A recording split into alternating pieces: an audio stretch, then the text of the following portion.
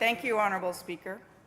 Although many of us in this legislature make it part of our daily lives to work for the best interests of children, there is one independent advocate that makes it entirely her focus. That is the Representative for Children and Youth. The Representative's Office was established in 2007 based on the recommendations of the Honourable Ted Hughes after a horrific case where a child died in BC government care. One of Hughes's recommendations was to create an independent officer of the legislature to provide advocacy for children and oversight on the Ministry of Children and Family Development.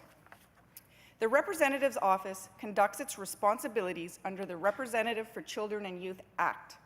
The Representative has clear statutory roles in reviewing and investigating critical injuries and deaths of children and youth, advocating for children, youth, and young adults who are receiving reviewable services, and monitoring programs and services for children and their families provided or funded by the government.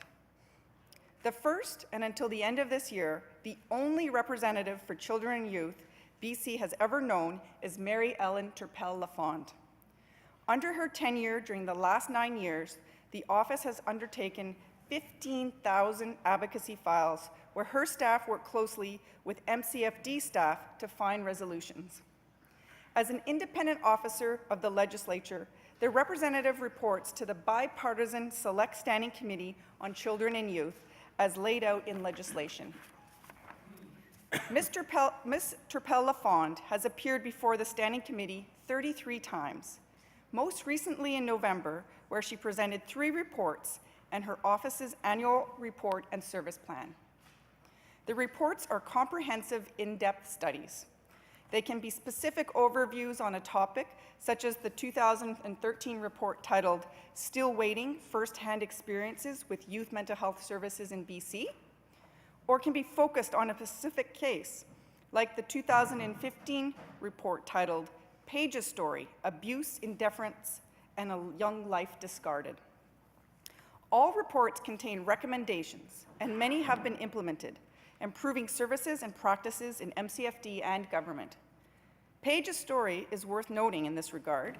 Page was a young First Nations woman who died at 19 of a drug overdose in a public washroom in Vancouver's downtown east side, just 11 months after MCFD had severed ties with her because she had aged out of care. She was connected to the Ministry of Children and Family Development her whole life.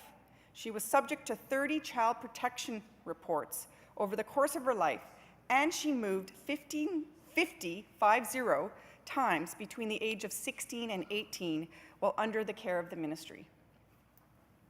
Despite the many incidents that Page was involved in, the Representative's Office only received 2 reports about her, one before her death and one after. At the time of the public release of the report in May 2015, the representative said that this was the most difficult review that their office had ever conducted.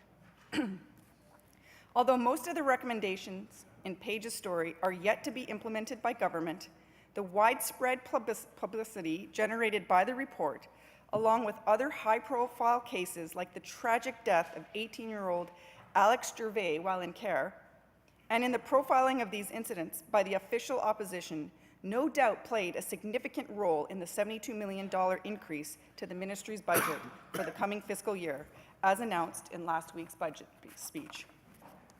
The budget increase was welcomed, but as Mr. Turpel-Lafond pointed out, the increase will not fill a $100 million hole that was carved out of previous MCFD budgets.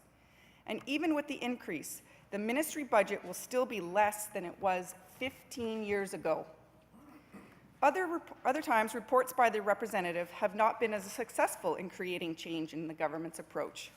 In her 2014 report titled Not Fully Invested, a follow-up report on the representative's past recommendations to help vulnerable children in BC, Ms. Turpel-Lafond highlighted 4 areas where key recommendations remain unaddressed by government. That is, children in situations of domestic violence, children and youth experiencing mental health challenges, child poverty, and vulnerable Aboriginal children and youth.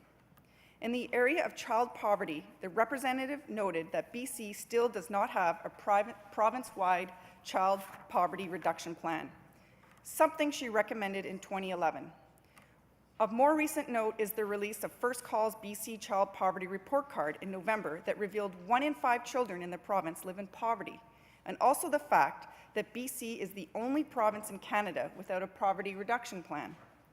In the area of children and youth experiencing mental health challenges, the representative noted that none of her recommendations from 2013 have been implemented.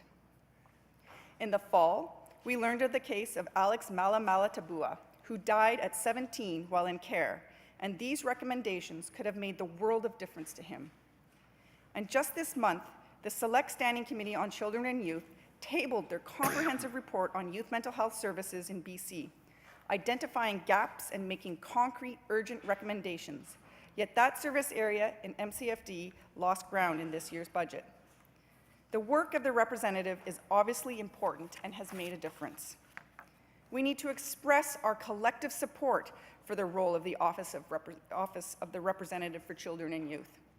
With the tragedies revealed over the last year, Isabella Weens, Paige, JP, Alex Gervais, Carly Fraser, Alex Tabua, Nick Lang. It seems apparent the representative's role is needed now as much as it was in 2007.